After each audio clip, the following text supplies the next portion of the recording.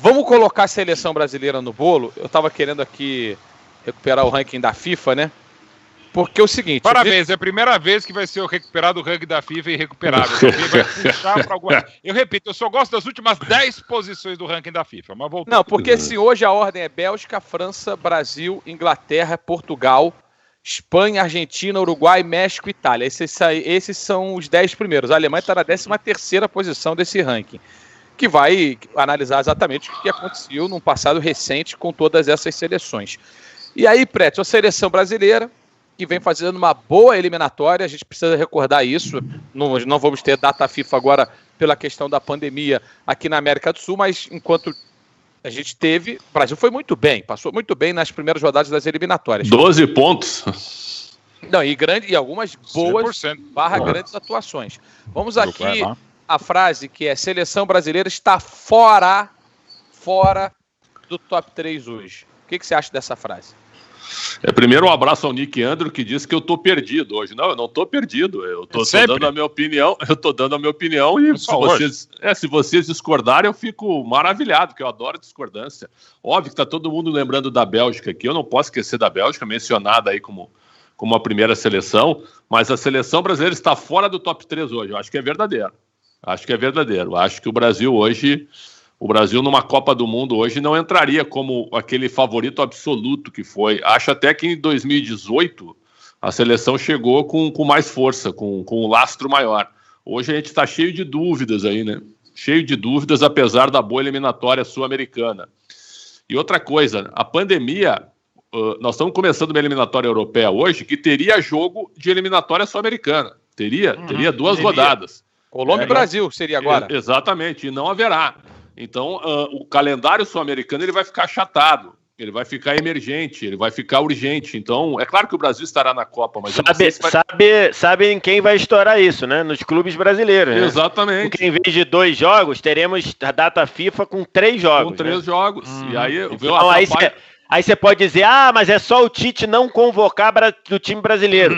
Que eu discordo totalmente. Eu acho que o Tite tem que convocar quem ele precisa, porque essa conta não é dele. Mas mesmo que ele faça isso, o Tite fale assim, vou pensar nos clubes brasileiros, não vou convocar ninguém, o Flamengo perde o Arrascaeta, perde o Isla, o Palmeiras perde Gustavo Gomes, perde Vinha, o Atlético Mineiro pode perder Nath Fernandes, perde o zagueiro lá.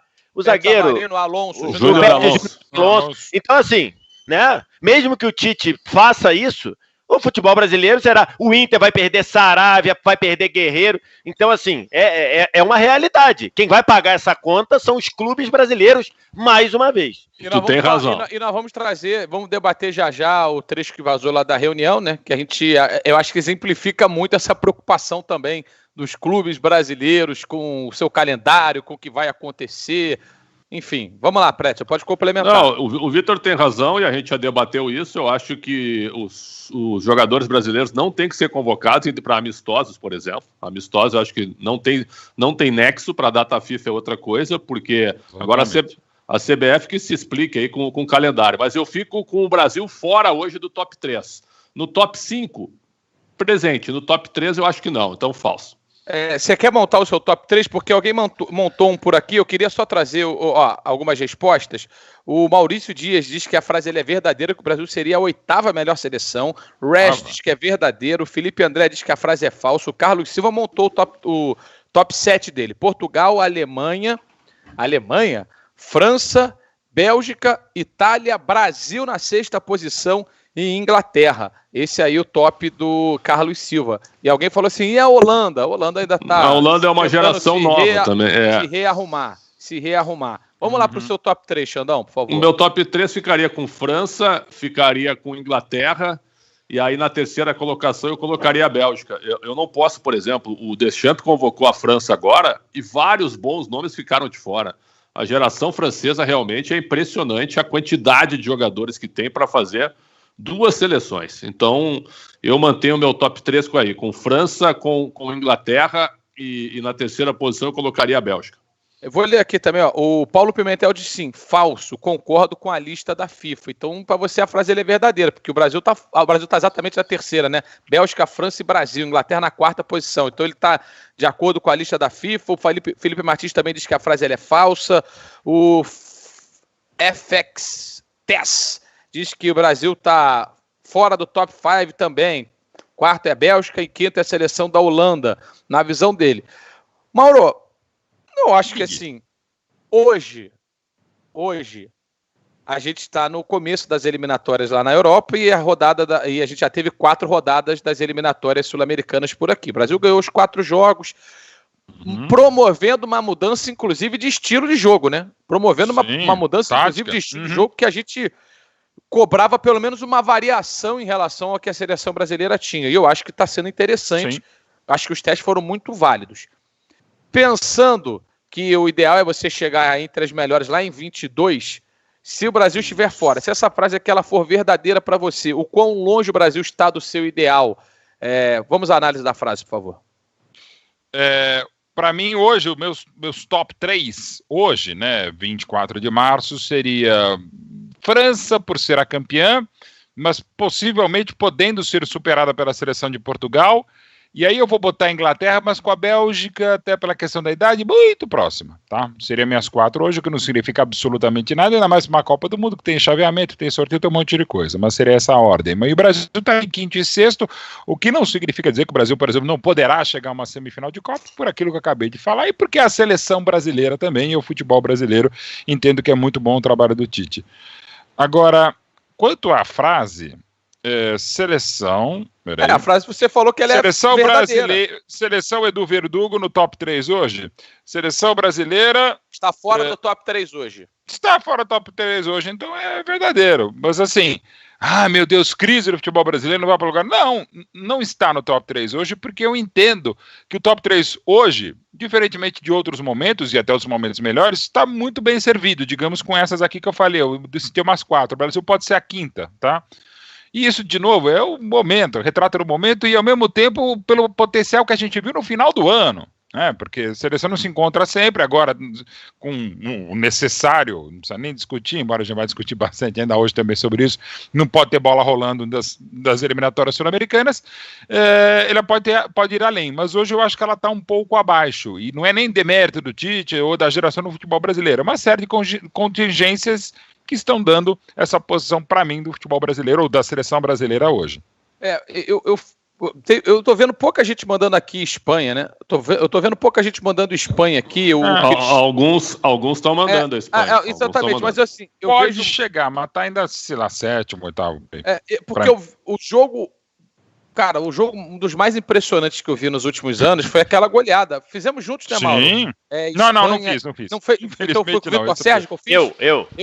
Vitor Sérgio, fizemos juntos. Você. Cara, foi uma forma de jogar, Vitor. Foi um negócio assim tão impressionante, de uma confiança no jogo tão incrível, que obviamente eu espero que isso venha se repetir por mais jogos, mas eu acho que a Espanha está querendo apontar aí de novo com uma seleção muito, muito, muito forte para brigar pelo título. Pensando em todas essas concorrentes, a seleção brasileira está fora do top 3 hoje, Vitor Sérgio Rodrigues. Eu acho que para responder isso, você tem que considerar alguns pontos que acho que maturidade de trabalho, principalmente, né? Então eu tenho dificuldade de colocar, por exemplo, a Espanha, que viveu um ciclo bem complicado, né? O Luiz Henrique entrou, teve problema lá com a filhinha dele, infelizmente, saiu, voltou agora. É uma seleção que está fazendo uma renovação em muitos momentos forçada, e que dá certo em alguns momentos, dá errado em outros.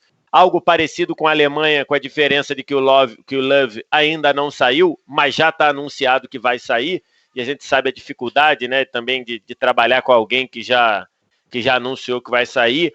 Então, dito isso, eu acho, pensando em maturidade de trabalho, e aí tem muita gente que carrega a mão na hora de falar de seleção.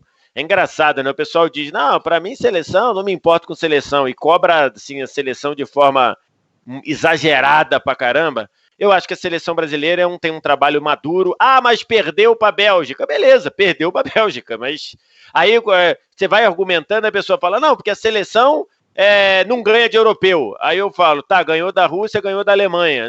Mas era amistoso. Sim, era amistoso. Beleza. Ganhou da Sérvia na Copa do Mundo. Mas era a Sérvia. Você quer chegar aonde? Perdeu para a Bélgica. Tá certo, perdeu para a Bélgica. Beleza, perdeu para a Bélgica. A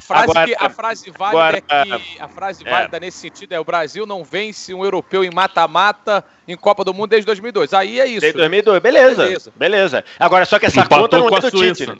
Essa conta não é do Tite, né? Não. De 2002 não é da conta do Tite. A conta do Tite é desde 2018, que de fato ele perdeu para a Bélgica, embora você, cada vez mais, você olhando o jogo, fica evidente que o placar é completamente mentiroso. É mentiroso. O Brasil, assim, para ficar aceitável, o 2-2 dava para ser aceitável, porque a verdade é que o Brasil fez no segundo tempo era para virar o jogo, mas tudo bem. Não vou nem entrar nesse debate. Só um detalhe que eu gosto sempre de falar, claro que é um critério subjetivo, mas é algo mais próximo do objetivo. Pela minha conta, de todos os jogos da Copa, que por prazer e dever de ofício eu vi, o Brasil foi o time que mais criou chances numa partida na Copa, naquele jogo contra a Bélgica. Até mais do que a Bélgica contra a seleção do Panamá. Então, acontece. Erramos, o Courtois foi demais, o Lukaku também, exatamente. O azar mais ainda no primeiro tempo. Então, enfim. Então, considerando essa questão de maturidade de trabalho, o meu top 3 hoje é França, Portugal e Brasil. É só você ver o nível de competitividade que o Brasil tem nos jogos. Mas joga muito contra a América do Sul. Ok, é uma situação do calendário hoje, a pandemia atrapalhou e tudo. Para mim, o Brasil hoje é top 3. Deixa eu mudar um pouquinho a pergunta aqui, Pretzel. A gente teve dois... Pretzel aí, ó. Ele já não tá gostando do como tá indo, ele tá mudando pergunta, Pretzel. A indução dele é impressionante. Nosso imã. O Jimmy Anderson mandou aqui, tá dizendo: Luizinho, quando eu lembro desse jogo Brasil e Bélgica, eu já começo a passar mal. O Waxon fala assim: Luizinho, me nota, tá anotado. Alexandre Medina tá por aqui também. A gente recebeu um superchat aí da galera. Tá carente o amigo aí, não? Me nota, tá carente? A Suzy Rocha falou assim: Messi levou a Argentina à final da Copa do Mundo. Ninguém lembra, o melhor que eu vi. O melhor que eu vi também. Eu, Luiz Felipe, o Messi, o melhor jogador que eu vi. Mas... fora, pra mim, é ele. E aí, Pretzel, mas assim, eu sempre gosto de fazer uma comparação. Quando o Vitor Sérgio ele usou a maturidade no trabalho para justificar o voto dele, eu acho isso, perfeito. Porque é uma reunião de jogadores traduzida em um time. E eu quero saber se a gente pegasse só por talento à disposição, como a gente fez aqui com o Portugal, a gente falou, Portugal tem vários caras bons, né? Citamos aqui todos eles que compõem um belo grupo para o Cristiano Ronaldo ter ali como auxílio. Como é que você enxerga o Brasil nessa hierarquia também de jogadores disponíveis para o técnico trabalhar? Talento à disposição para o Tite montar uma seleção. É um talento top 3, é um talento top 5, sabe? Tentando pensar nesse quesito. Eu acho que do ponto de vista individual, o Brasil pode ficar individual, né? Se for pegar jogador por posição, jogador por jogador. Aí eu acho que o Brasil pode, sim, ficar entre os 4 primeiros, talvez até entre os 3 na questão técnica, né? Mas uma Copa do Mundo você não ganha só com um atleta, vide o Messi que não consegue ganhar. Então, eu acho que no futebol coletivo, por isso que o Brasil ele não entrou na lista do Vitor, não entrou na minha lista e nem na lista do Mauro, eu não sei se entra na tua também. Agora, tecnicamente, se for fazer um mano a mano neste momento, com o time titular do Brasil, vamos colocar o time ideal do Brasil, pau a pau com algumas seleções, talvez na questão individual de comparação parelha, ou até superior ao Brasil, talvez. Mas eu quero ver um time, eu quero ver questão emocional, eu quero ver questão psicológica, que isso tudo influencia muito numa Copa do Mundo. Então talvez individualmente você tenha um pouco de razão. Porque isso daí, né, Vitor, é o que... Eu acho que esse é o principal parâmetro para a gente avaliar um trabalho de um treinador de seleção. Quanto que ele está usando, o talento que ele tem à disposição para convocar. Porque, assim, a gente sempre falou de Portugal, às vezes, indo, e eu volto a usar o exemplo de Portugal, indo longe, indo bem, falando assim, mas é o que dá para fazer. Hoje, analisando o contexto com a qualidade que tem, a gente julga que ele pode buscar algo a mais. A Inglaterra sempre achou que dava para fazer muito e não fazia nada. Ou fazia muito pouco, né? No passado recente. Agora tem uma geração diferente, uma geração nova que a gente começa a entender que pode, e é muito pelo trabalho do treinador, pode voltar, e foi longe, né? Foi até uma semifinal. Então, o Brasil ainda está no prime, na qualidade, Vitor, individual? Eu acho assim, eu acho que a gente tem, e nosso grande Bruno Formiga fala muito sobre isso, acho que é o principal voz do Brasil hoje nessa matéria. A gente tem aí um saudosismo muito grande, né? Ao falar disso, você lembra um período em que o principal jogador do Milan era brasileiro, o principal jogador do Barcelona era brasileiro, o principal jogador do Real era brasileiro, o principal jogador, sei lá, talvez o principal jogador do Bayern era um brasileiro que, aliás, nunca, praticamente não teve história na seleção, e por aí vai, né? Hoje você não tem mais isso, você não tem mais, assim, grandes clubes tendo protagonista, sem dúvida, brasileiro. A exceção é o Neymar com o PSG, e nessa temporada já estão até questionando isso, né? Que eu acho, para mim, que é uma discussão falida, podemos dizer assim, mas eu respeito que todo debate deva ser feito. Então, se o Mbappé já é o protagonista do PSG e tudo, para mim não é, mas estão se debatendo isso. Salvo o Neymar, não tem mais. Isso é uma realidade. Ao mesmo tempo, essa realidade não fere você dizer que o Brasil ainda tem ótimo talento, ainda tem muito talento. Perfeito? Que é comparativo. Eu penso o seguinte: quantos jogadores franceses têm protagonistas nos grandes times? Pô, muito difícil. Quantos ingleses têm? Quantos argentinos têm? Quantos espanhóis, italianos e por aí vai? Não, tudo bem. Assim, mas é um pouco. Isso daí, assim, não, né? Isso daí é um pouco assim. Você quer ver? Só para vocês sabem que eu gosto de fazer comparações de outros esportes, né?